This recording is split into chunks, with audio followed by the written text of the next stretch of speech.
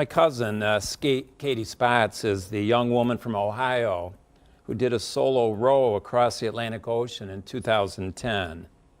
She was 22 years old at the time, and it took her 70 days to row from West Africa to South America. It was a 3,000-mile journey, and she did it all alone in a 19-foot rowboat. It was a remarkable feat for a young woman, and she recently published a book about her experience. The book is called Just Keep Rowing: Lessons from the Atlantic Ocean. One of the lessons she learned was that it is important to find a person or people who inspire you.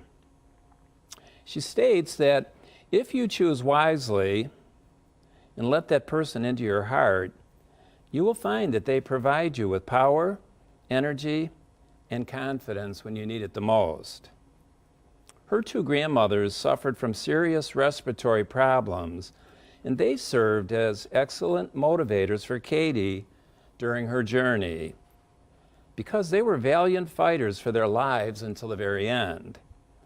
Katie states that you have to consciously think about them when you are engaging in a life challenge. Their support pushes you forward even in the moments when you do not think you have the strength to carry on by yourself. In our three scripture readings today, we are taught a similar lesson. We are told that you choose wisely when you choose the Lord and let Him into your heart. He will provide you with power, energy, and confidence when you need it the most. In our Old Testament passage from the prophet Habakkuk, we are told that he's overwhelmed with violence, misery, ruin, destruction, strife, and discord that surrounds him. They were desperate times, and the prophet doubts deliverance and restoration will ever come for him. The Lord tells him to clearly write down the vision of a better time coming. It surely will come, and he needs to wait for it. It will not be late.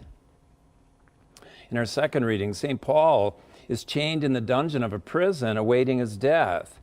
He writes to his disciple Timothy and tells him to bear your share of the hardship for the gospel with the strength that comes from God.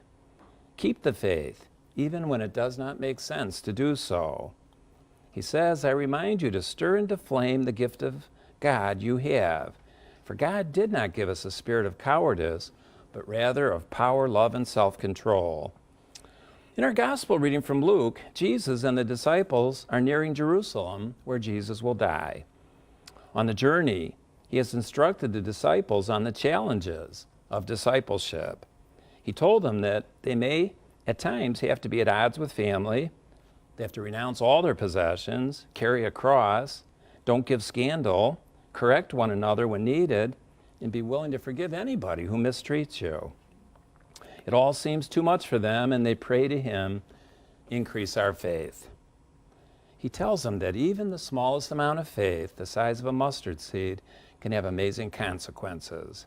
The seemingly impossible will become possible for those who believe. So if you're like Habakkuk today and you're discouraged, if you feel like Paul or Timothy trapped in a prison, or if you find it difficult to be a disciple of Christ today, let him into your heart. Be confident that he will provide you with power, energy, and confidence when you need it the most.